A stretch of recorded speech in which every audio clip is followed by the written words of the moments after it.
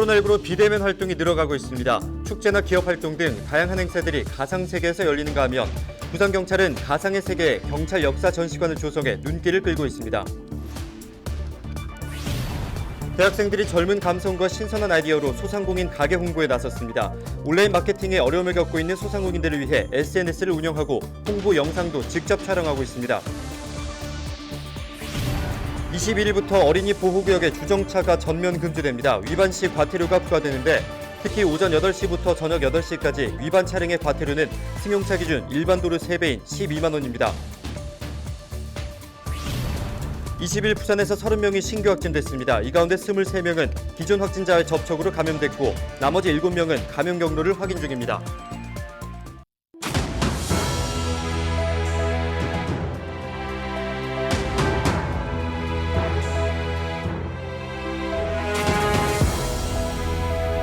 여러분 안녕하십니까? 헬로티비 뉴스입니다.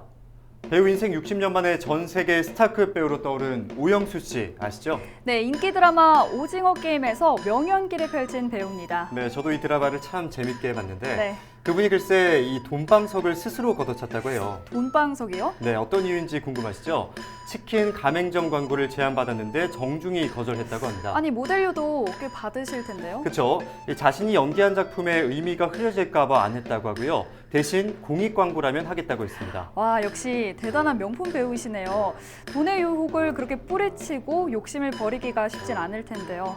도시개발로 수백억, 수천억 원씩 이득을 챙기는 요즘 세상에 참 울림을 주는 메시지네요. 네, 이처럼 허탈한 뉴스 대신 감동의 뉴스가 더 많았으면 좋겠습니다. 헬로티비 뉴스 출발합니다.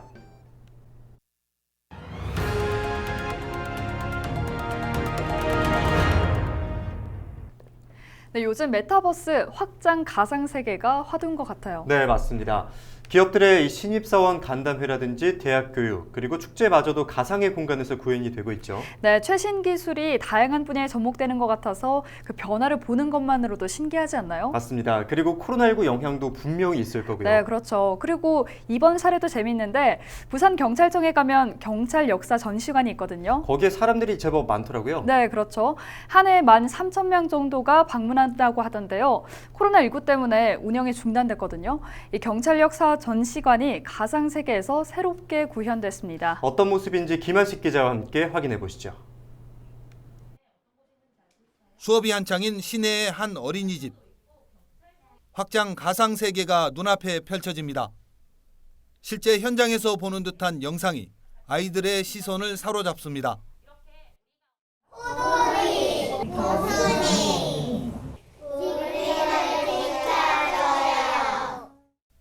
수업에 활용된 영상은 부산경찰청 역사전시관 확장 가상세계입니다. 코로나19 이후 전시관이 문을 닫으면서 제작된 겁니다. 3D와 영상으로 구성된 가상세계에서는 실제 현장처럼 생생하게 보고 느낄 수 있습니다. 코로나 때문에 아이들이 이제 밖으로 많이 나가지 못해서 아쉬웠는데 이런 사이버 교육을 통해서 다양한 경험을 할 수 있었고 아이들도 무척 좋아하는 것 같습니다. 가상세계 속 경찰 역사 전시관은 부산경찰청 홈페이지와 모바일을 통해 누구나 손쉽게 방문할 수 있습니다.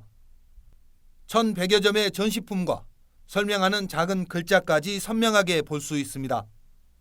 가상세계에서 보는 경찰 오토바이인데 실제 전시장에서 보는 것과 별반 차이가 없습니다. 현재 전시관에 머물고 있는 확장 가상 공간은 앞으로 더욱 넓어질 전망입니다. 역사 전시관 자료들을 더욱더 세분화하고 전시관 밖에 있는 경찰의 역사 기록들도 발굴하여서 시민들이 온라인상으로 쉽게 접근할 수 있도록 만들겠습니다. 온라인 가상 세상에서 새롭게 태어난 역사 전시관. 단순하게 보여주는 차원을 넘어 아이들의 꿈을 키워주는 또 다른 역할을 하고 있습니다.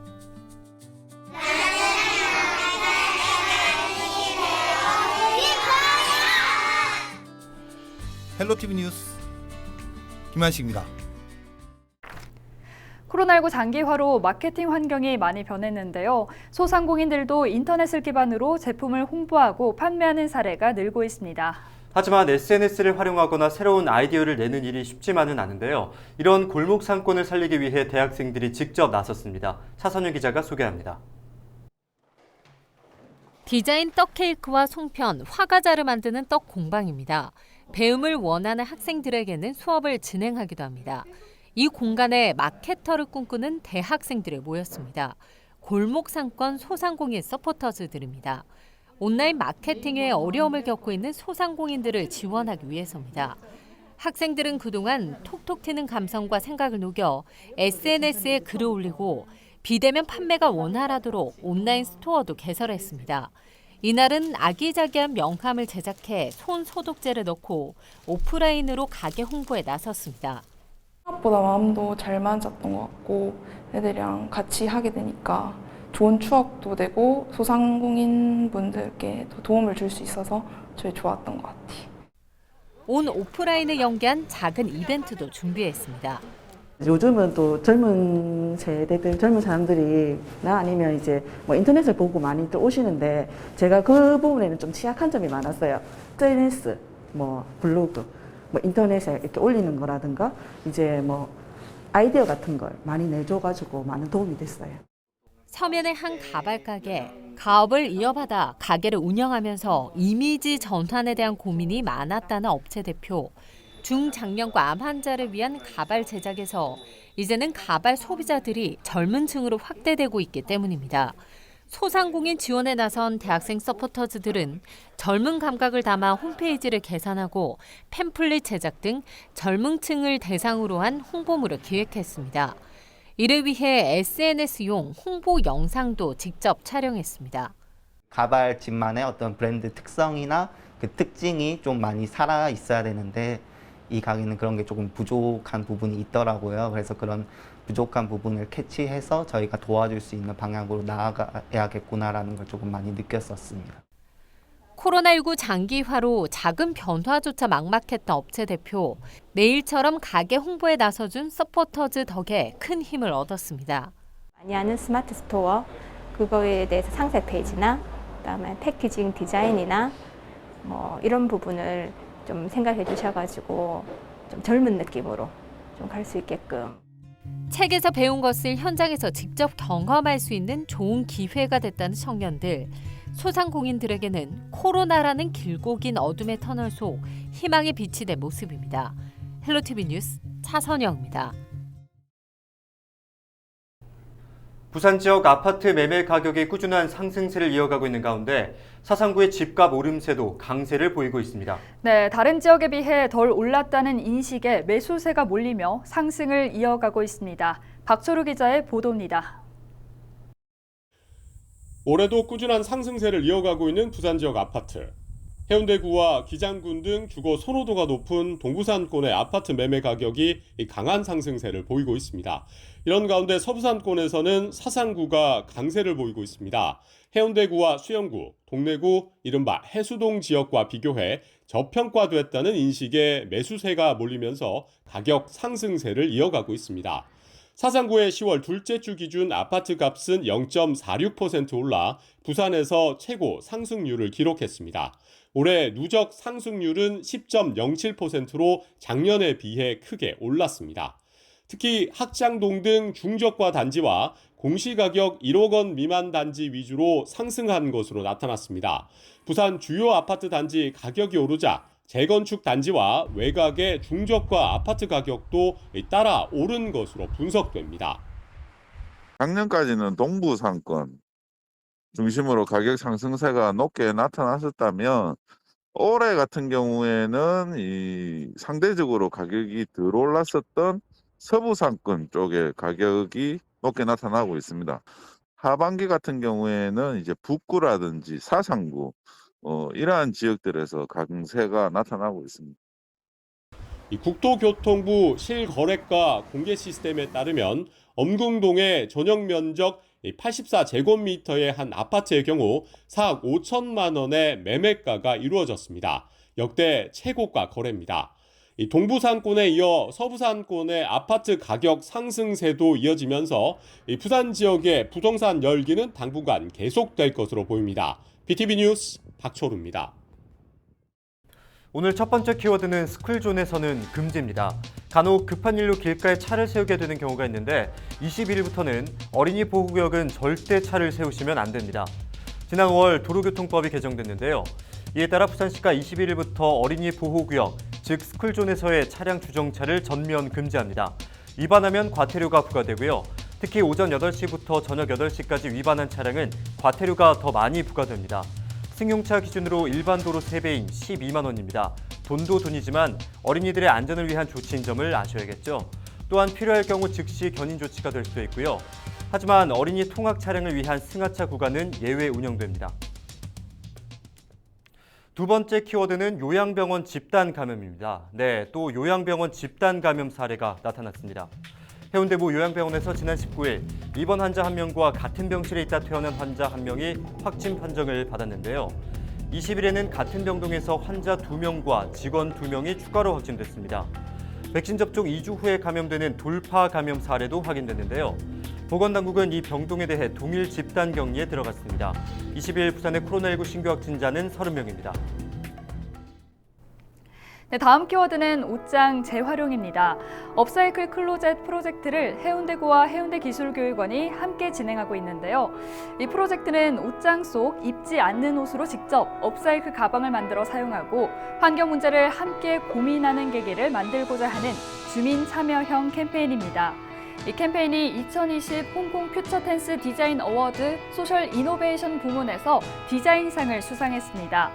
경력 단절 여성들의 맞춤형 일자리 창출을 위한 봉제 교육, 그리고 이 작품을 통해 지속 가능한 ESG 사회적 가치를 확산했다는 점이 좋은 평가를 받았습니다.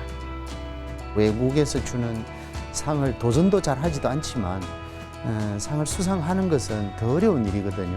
그런데도 불구하고 우리 기술교육원에서 진행하고 있는 기존의 사회적 기업과 더불어 우리 구가 협업을 통해서 이 업사이클링 전제로 디자인 어워드, 홍콩 디자인 어워드를 우리가 수상을 했다라는 것, 이것이 굉장히 의미가 있고. 마지막 키워드는 그래피티입니다. 뒤에 보이는 이 작품 아십니까? 미국의 그래피티 아티스트인 존 언의 언타이틀드, 즉 무제라는 작품인데요. 올해 초 서울에서 전시가 됐는데 그림 앞에 놓인 붓과 페인트가 관람객의 참여를 위한 것으로 착각해 20대 커플이 그림에 낙서해 더욱 화제를 모았습니다. 이 작품 LCT 100층에 위치한 갤러리 더 스카이에서 만날 수 있는데요. 갤러리 더 스카이는 존언 작품을 비롯해 전 세계에서 활발하게 활동하고 있는 그래피티 작가 6명을 엄선해 그들의 작품을 통해 그래피티의 역사와 현재, 새로운 장르의 시작을 확인할 수 있는 전시를 마련했다고 밝혔습니다. 그래피티의 선구자인 존언과 스트리트 아트의 수준을 끌어올린 프랑스의 제우스, 그래피티 1세대 작가이자 최초의 라이터 크래쉬 등의 작품을 부산에서 최초로 만날 수 있는 기회가 되겠네요.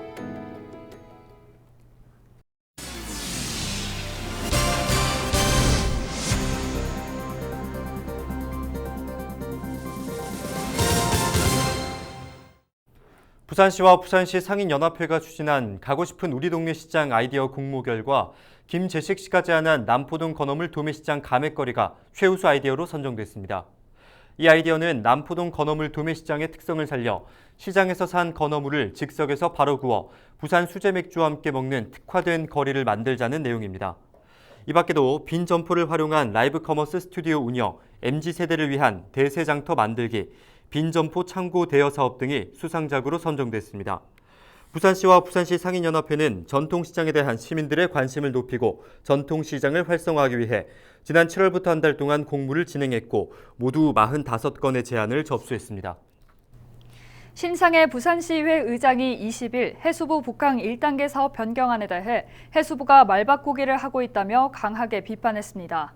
신 의장은 성명서를 통해 해수부가 트램 차량 구입비 182억 원을 부산시가 부담하도록 하고 공원용지내 공공시설로 분류됐던 복합문화공간과 해양 레포츠 공간을 항만시설로 변경해 부산시에 무상귀속될 수 없도록 했다고 지적했습니다. 또 해수부가 아전인수식 법 해석과 말바꾸기로 1,200억 원에 이르는 사업비를 부산 시민에게 전가하는 것이라며 변경안을 철회하고 사업을 정상 추진하는 것이 마땅하다고 강조했습니다.